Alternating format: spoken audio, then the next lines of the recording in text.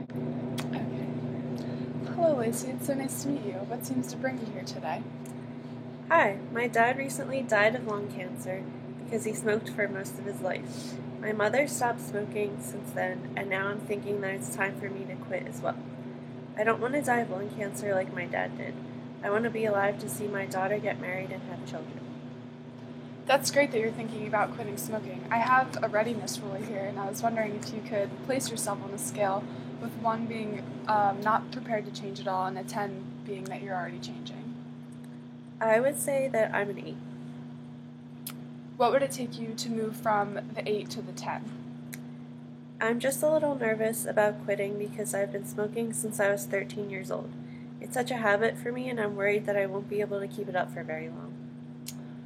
Okay, so we can have you set small goals at first so you're not overwhelmed.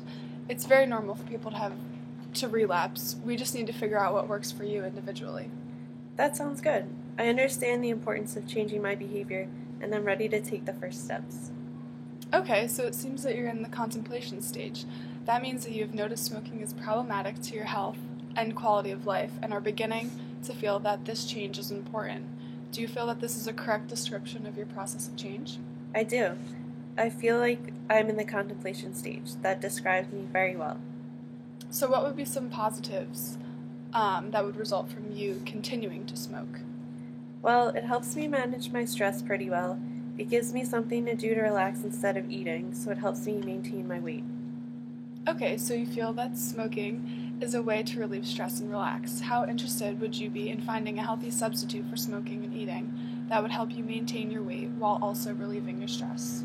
I would be very interested in that. I think it would help my weight problem and help me feel less stressed.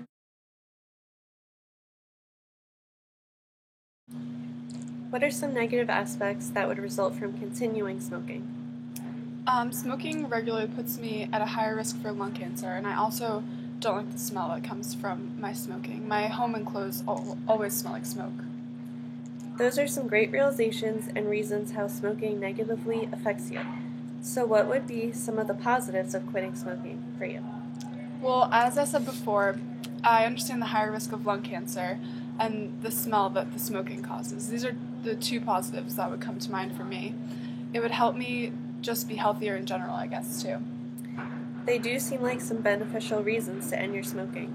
Along with those, what are some negatives that you feel could come as a result of you quitting smoking? Well, the biggest negative for me would be my weight gain. I understand that it's my other habits that come along when I stop smoking that cause this. I just have trouble keeping weight off when I end smoking because I tend to eat more when I'm stressed. So since the smoking helps me relax, when it's gone, I tend to turn towards food. I see, so it seems to be a chain reaction for you. What would be a specific, measurable, and attainable goal for you that you could realistically achieve in a certain amount of time? Well, by the end of January, I would like to decrease my smoking from 6 packs of cigarettes per week to just 1 per week. That's a great start. That sounds very reasonable to get you headed in the right direction. So now that you have a goal, would you mind filling out this goal setting sheet with me to describe how you'd like to achieve this goal? Sure. Okay. So to achieve my goal, I'm going to keep away from places that sell cigarettes as much as I can and spend more time with my mother since she's successfully quit. What do you think are some potential roadblocks to reaching your goal? Mainly my cravings and stress levels that drive me to smoke. What were some of the strategies you wrote down to overcome those roadblocks? Well, I would try to find alternative ways to relieve stress and not depend on smoking to be my stress relief. How was this goal realistic and challenging for you? Well, I've quit before and only for a short period of time, so I plan to make this change a way of life now. So it's reasonable and realistic since I've done it before, but it's also challenging since I'm trying to make the change permanent. Great, that's an excellent start, Lacey. I feel that this meeting has really helped you figure out the best way for you to take action towards your smoking habits. You're ready to make a change in your life and have increased your confidence in your ability to change your behavior. Quitting is very personal to you because of your father, and you don't want to develop lung cancer like he did. Creating your goal has helped move you from the contemplation to preparation stage of change, which is an excellent step. Is there anything else you'd like to discuss today? No, I think that's all. I agree that this has helped me facilitate a positive change in my life, and that is much needed. I plan to start right away. Sounds good, Lacey. Should we plan to meet in a few weeks to reevaluate your progress with this new goal?